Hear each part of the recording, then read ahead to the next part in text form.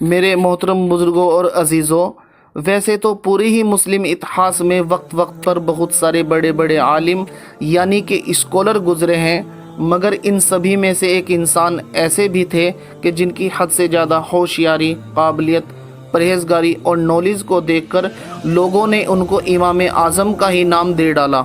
جس کا مطلب ہی ہوتا ہے سب سے بڑا امام۔ اور آج کے دور میں ان امام اعظم کے فالوورز کی تعداد ہماری اس دنیا میں سینکڑوں، ہزاروں یا پھر لاکھوں میں نہیں بلکہ کروڑوں میں ہیں۔ ہاں دوستوں، میں انہی امام اعظم کی بات کر رہا ہوں کہ جن کو امام اعظم ابو حنیفہ کے نام سے جانا جاتا ہے، اور جو مسلمانوں کے 4 مشہور مسالک میں سے جو سب سے بڑا مسلک ہے یعنی حنفیہ، اس کے فاؤنڈر مانے جاتے ہیں۔ آج کے دور میں انڈیا، پاکستان اور ترکی فقہی مسائل میں انہی امام کو فالو کرتے ہیں۔ دوستو، آج کی اس ویڈیو میں ہم یہ تو جانیں گے ہی کہ آخر یہ امام اعظم کون تھے، کہاں کے رہنے والے تھے، یہ ایک عام انسان سے امام اعظم کیسے بنے، ساتھ ہی ساتھ ان سے جڑی ہوئی کچھ ایسی چیزوں پر بھی روشنی ڈالیں گے کہ جن کے بارے میں آپ لوگوں نے شاید پہلے کبھی نہیں سنا ہوگا۔ اور ہم یہ بھی جانیں گے کہ آخر اتنے بڑے عالم دین کے جن کو ہمیشہ مسلمانوں نے امام اعظم کا نام دے دیا ہے، ان کو جیل میں بند کروا کے کوڑے کیوں مارے گئے تھے؟ آخر وہ کون سا مسلم حکمران، وہ کون سا مسلم خلیفہ تھا کہ جس نے امام اعظم جیسے انسان کو زبردستی زہر پینے پر مجبور کیا تھا؟ تو چلیے آج کی انفارمیٹیو ویڈیو میں یہ ساری چیزیں جاننے کی کوشش کرتے ہیں۔ اسلامک باتیں 786 کے ساتھ بنے رہنے والے دوستوں، امام اعظم کا اصلی نام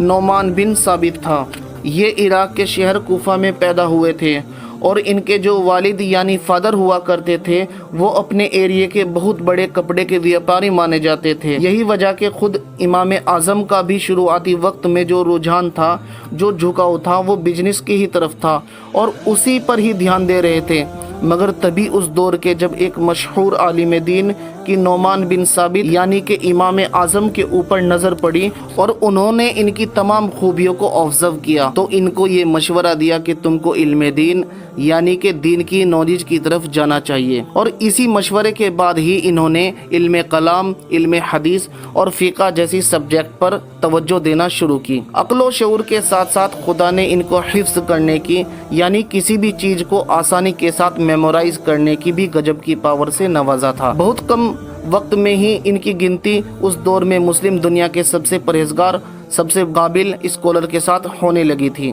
دوستو، چاہے امام شافعی ہو، امام مالک ہو، امام احمد بن حنبل ہو یا پھر باقی اور بھی ایسے بہت سارے علماء ہو جو ایگزیکٹلی آپ ہی کے دور میں تھے یا جن کا دور تھوڑا آپ سے آگے بھی رہا ہے، ان سبھی نے آپ کے علم یعنی کہ نالج کا لوہا مانا اور آپ کی خوب تعریفیں کی۔ اتحاد کار مانتے ہیں امام اعظم نے نہ صرف بہت سارے صحابہ کا دور پایا تھا بلکہ کچھ صحابہ سے حدیث بھی روایت کی ہے۔ سب سے زیادہ دلچسپ اور حیران کر دینے والی بات تو یہ ہے کہ اتنی زیادہ نالج اور اتنی زیادہ علم ہونے کے باوجود بھی امام اعظم نے اس چیز کا استعمال کبھی بھی اپنی زندگی کو گزارنے کے لیے نہیں کیا، مطلب کبھی بھی اس سے پیسے وغیرہ نہیں کمائے، بلکہ اس کے لیے تو آلریڈی ان کے پاس ریشم بنانے یا ریشم کے کپڑے بنانے کے لیے ایک بڑا کارخانہ موجود ہوا کرتا تھا۔ اب کیونکہ امام اعظم کا تعلق ایک بہت ہی خوشحال اور امیر فیملی سے تھا، تو اس لیے وہ ہمیشہ غریبوں کی اور اسپیشلی اپنے شاگرد مطلب کہ اسٹوڈنٹ کی خوب مدد کیا کرتے تھے۔ امام اعظم کے بارے میں ایک خاص بات یہ بھی ہے کہ انہوں نے مسلم دنیا کی 2 شروعاتی بڑی سلطنتوں کا دور پایا تھا، مطلب کہ پہلی سلطنت بنو امیہ جو ڈکلائن کی طرف تھی، مطلب ختم ہو رہی تھی، اور دوسری سلطنت بنو عباس کے جس کا ابھار ہوا تھا۔ سلطنت بنو امیہ کے آخری دور میں اس کے حکمرانوں کے ساتھ امام اعظم کا جو اختلاف تھا، مطلب پیس ایگریمنٹ، وہ بہت زیادہ اوپر پہنچ گیا تھا، جس کی وجہ سے آپ وہ پورا چہل پہل والا علاقہ چھوڑ کر مکہ شہر کی طرف آ گئے تھے اور اگلے 7 سال بڑے ہی سکون کے ساتھ علم کا کام کرنے کے لیے یہیں پر گزارے۔ اس کے بعد جب یہ سلطنت ختم ہو گئی اور سلطنت بنو عباس کے جس کو آج کے دور میں ہم لوگ عباسی کلیفیٹ کے نام سے جانتے ہیں، اس کی شروعات ہوئی، تو ایک بار پھر سے آپ اپنے پرانے علاقے یعنی کوفہ کی طرف واپس آ گئے۔ مگر دوستو، حضرت امام اعظم ابو حنیفہ ایک بہت ہی نڈر اور دلیر انسان مانے جاتے تھے۔ وہ حق بات کہتے ہوئے کسی بھی حکمران یا دوسرے طاقتور انسان کا کوئی لحاظ نہیں کیا کرتے تھے، اور ان کی یہی خوبی اب اس نئی سلطنت کے حکمرانوں سے بھی ان ٹکراؤ کی وجہ بن گئی۔ ہوا کیا تھا یہ سب کچھ جانے اس سے پہلے میں آپ لوگوں کو کچھ موٹی موٹی چیزیں بتا دیتا ہوں جس سے آپ کو آگے کی چیزیں سمجھنے میں آسانی ہو جائے۔ ہم جانتے ہیں کہ آخری پیغمبر حضرت محمد صلی اللہ علیہ وسلم کے اس دنیا سے چلے جانے کے بعد خلافت قائم ہوئی جو لگ بھگ 30 برسوں تک قائم رہی۔ اس کے بعد سلطنت کا آغاز ہوا اور پہلی سلطنت جو مسلم اتحاد میں قائم ہوئی اس کو ہم لوگ سلطنت بنو امیہ کے نام سے جانتے ہیں، کہ جس کے پہلے حکمران حضرت امیر معاویہ تھے، جبکہ دوسرا حکمران ان کا بیٹا یزید بن معاویہ تھا۔ وہی یزید بن معاویہ کے جس کے دور میں ہی کربلا کا پورا معاملہ پیش آیا تھا۔ فی الحال اگلے کچھ دشکوں تک، اگلے ڈیکیٹس تک سلطنت قائم رہی اور یہ بھی سلطنت ختم ہو گئی اور مسلم اتحاد کی دوسری سلطنت وجود میں آئی جس کو سلطنت بنو عباس کے نام سے یاد کیا جاتا ہے۔ یہ جو دوسری سلطنت تھی یہ دراصل ایک تحریر، ایک موومنٹ کے ذریعے سے وجود میں آئی تھی، جو موومنٹ شروع ہی اس لیے کیا گیا تھا کہ چلو ہم اس بنو امیہ کی سلطنت کو اکھاڑ پھینکتے ہیں کہ جنہوں نے اہل بیت یعنی نبی علیہ السلام کی اولادوں کے ساتھ برا سلوک کیا تھا، اور ایک ایسی سلطنت قائم کرتے ہیں جو اہل بیت کی ہوگی، مطلب کہ نبی علیہ السلام کی اولادوں کی سلطنت ہوگی۔ اس لیے عام پبلک نے بھی بنو امیہ سلطنت کے خلاف کھڑے ہونے والے اس تحریک کو، اس موومنٹ کو خوب بڑھ چڑھ کر سپورٹ کیا تھا، باوجود اس کے کہ ان کو پتا تھا موجودہ سلطنت کی نظر میں باغی بن جائیں گے، ان کے اوپر ظلم و ستم بھی ہوتا تھا، ایون ان کو شہید بھی کر دیا جاتا تھا۔ تو اب ہوا یہ تھا سلطنت بنو امیہ کے آخری دور میں کہ جب بنو عباس نام کا یہ موومنٹ بالکل پیک پر پہنچ گیا تھا تو مدینہ شہر کے اندر بھی بنو ہاشم یعنی کہ جو نبی علیہ السلام کا خاندان ہوا کرتا تھا اس سے جڑے ہوئے لوگوں کی ایک میٹنگ ہوئی۔ مدینہ میں ہونے والے اس خفیہ میٹنگ کے اندر بنو عباس کی اس موومنٹ کو لیڈ کرنے والے الصفا اور ابو ظفر منصور بھی موجود تھے۔ یہ دونوں وہی لوگ تھے کہ جو آگے چل کر اس نئی اور دوسری سلطنت کے پہلے اور دوسرے حکمران بھی بنے۔ اس میٹنگ میں یہ بات طے کی گئی کہ اگر ہمارا یہ موومنٹ، ہماری یہ تحریر کامیاب ہوتی ہے تو پھر حکومت اہل بیت کے حوالے کر دی جائے گی اور حضرت امام حسن کی چوتھی نسل، چوتھی پشت میں پیدا ہونے والے محمد نفس الزکیہ اس سلطنت کے خلیفہ ہوں گے۔ مگر دوستو پھر ہوا یہ کہ جیسے ہی یہ تحریر کامیاب ہوئی تو ان لوگوں نے اس وعدے کو بھلا دیا اور وعدہ خلافی کرتے ہوئے حکومت کا جو پہلا خلیفہ تھا وہ عبداللہ الصفا کو بنایا۔ یہ وہی انسان تھا کہ جو اس میٹنگ میں بھی موجود تھا۔ پہلے خلیفہ عبداللہ الصفا کے دور میں تو محمد نفس الزکیہ مصلحت کے تحت خاموش رہے، مگر جب انہوں نے دیکھا کہ اس کے چلے جانے کے بعد اب حکومت کا دوسرا خلیفہ بھی اس کے ہی ساتھی یعنی ابو جعفر المنصور کو چن لیا گیا ہے، تو پھر محمد نفس الزکیہ نے بنو عباس کے خلاف تلوار اٹھاتے ہوئے مکہ مدینہ اور اس کے آس پاس کے علاقے پر اپنی حکومت قائم کر لی، جبکہ بصرہ اور اس کے آس پاس کے علاقوں پر بھی زکیہ کے ہی ایک بھائی کے جس کا نام ابراہیم ہوا کرتا تھا انہوں نے کنٹرول حاصل کر کے وہاں بھی اپنی ایک حکومت قائم کر لی۔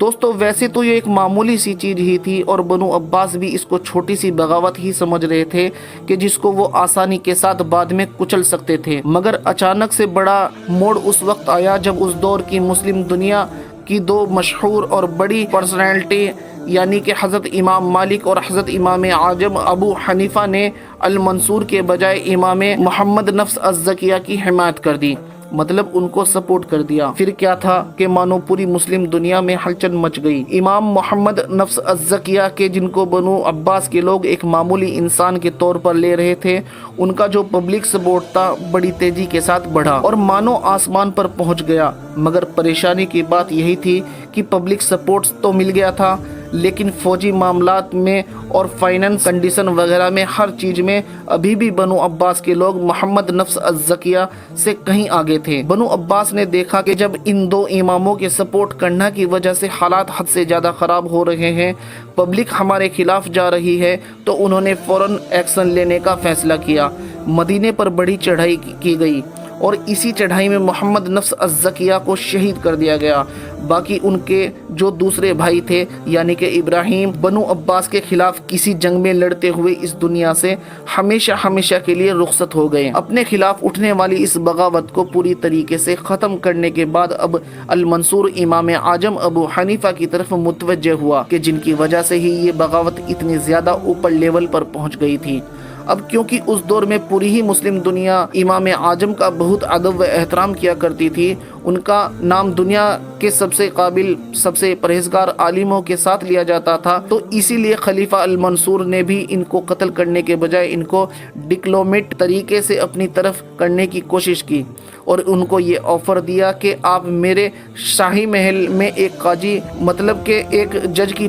پوزیشن کو سنبھالے۔ سمپل سی بات ہے، المنصور کا یہی پلان تھا کہ ان کو اگر شاہی محل میں نوکری دے دی جائے گی، اپنا ایک ملازم بنا لیا جائے گا، تو ان کی زبان بھی ہمیشہ ہمیشہ کے لیے بند ہو جائے گی۔ مگر امام اعظم ابو حنیفہ نے جواب دیا کہ میں اس منصب کے قابل نہیں ہوں۔ اس پر المنصور نے غصہ ہوتے ہوئے کہا کہ تم جھوٹ بولتے ہو۔ اس پر امام اعظم ابو حنیفہ نے جواب دیا کہ اگر میں جھوٹا ہوں تو واقعی میں اس منصب کے قابل نہیں ہوں، مطلب ایک جج بننے کے قابل نہیں ہوں۔ بھرے محل میں المنصور کو اس طریقے کا جواب ملا تو وہ بری طریقے سے تلملا اٹھا، کیونکہ اس کی یہ سیدھے طور پر بڑی بےزتی تھی، اس لیے اس نے امام اعظم کو خطرناک سزائیں دینے کا بھی فیصلہ کر لیا۔ ان کو قید خانے میں ڈلوا دیا گیا اور ہر دن اس طرح سے 10 کوڑے مارے جاتے تھے کہ ان کا پورا جسم لہو لہان ہو جاتا تھا۔ اتہاسکار لکھتے ہیں کہ جس طرح کا خطرناک ظلم و ستم لمبے وقت تک جیل کے اندر امام اعظم کے اوپر ہوتا رہا تھا، اگر اتنا ظلم و ستم کسی طاقتور ہاتھی کے اوپر بھی کیا جاتا تو وہ پوری طریقے سے بلبلا اٹھتا، لیکن عمر دراز ہو چکے حضرت امام اعظم نے صبر کا دامن نہیں چھوڑا اور وہ اپنے اصولوں پر قائم رہے، جس کا نتیجہ یہ ہوا کہ وہ جتنا لمبے وقت تک قید میں رہے یا ان کے اوپر جتنا زیادہ ظلم و ستم کیا جاتا، اتنی ہی ان کی پاپولیٹی، ان کی مقبولیت عام دنیا میں بڑھتی چلی گئی۔ امام اعظم کی قید کے اندر رہتے ہوئے لگاتار بڑھتی ہوئی یہ شہرت اب خلیفہ المنصور کو اور بھی زیادہ درد دینے لگی تھی، اسی لیے اس نے فائنلی امام اعظم کو زہر دے کر شہید کرنے کا فیصلہ کیا۔ ایک روایت میں یہ بھی آتا ہے کہ خلیفہ کی طرف سے دیے گئے زہر کو امام اعظم پہچان گئے تھے، اسی لیے انہوں نے اس زہر کو یعنی جس کھانے پینے کی چیز میں ملا کر اس کو دیا گیا ہوگا اس کو لینے سے منع کیا تھا، مگر بعد میں ان کو زبردستی وہ زہر پلایا گیا تھا۔ اس زہر کو پینے کے بعد وہ سجدے کی حالت میں چلے گئے تھے اور پھر سجدے میں ہی شہید ہو گئے تھے۔ آپ کی نماز جنازہ میں پورا بغداد شہر امڑ گیا تھا، یعنی اتنی زیادہ بھیڑ تھی کہ شاید ہی کسی دوسرے کے جنازے میں اتنی زیادہ بھیڑ دیکھی جاتی تھی۔ آپ کی وصیت کے مطابق ہی آپ کی وفات کے بعد آپ کو خضر نام کے قبرستان میں دفنایا گیا تھا۔ فی الحال آج اس پورے معاملے کو 12-13 صدیاں گزر چکی ہیں۔ جیسا کہ ہم جانتے ہیں کہ خلیفہ ابو جعفر المنصور شاید اتہاسک کتابوں میں کہیں پر نظر آتا ہے، لیکن دوسری طرف امام اعظم ابو حنیفہ یا پھر وہ اہل بیت کہ جن کی وجہ سے ان کے اوپر اتنا سارا ظلم و ستم کیا گیا، وہ دونوں ہی آج تک ہر انسان کے دل و دماغ میں پورے طریقے سے زندہ ہے۔ فی الحال دوستو، آج اپنی اس ویڈیو کو ہم یہیں پر ختم کرتے ہیں۔ ویڈیو اگر جانکاری سے بھرپور لگی ہو تو لائک کرنے کے ساتھ ساتھ دوستوں کے ساتھ ضرور شیئر کریں، لائک کریں، سبسکرائب کریں۔ خدا حافظ۔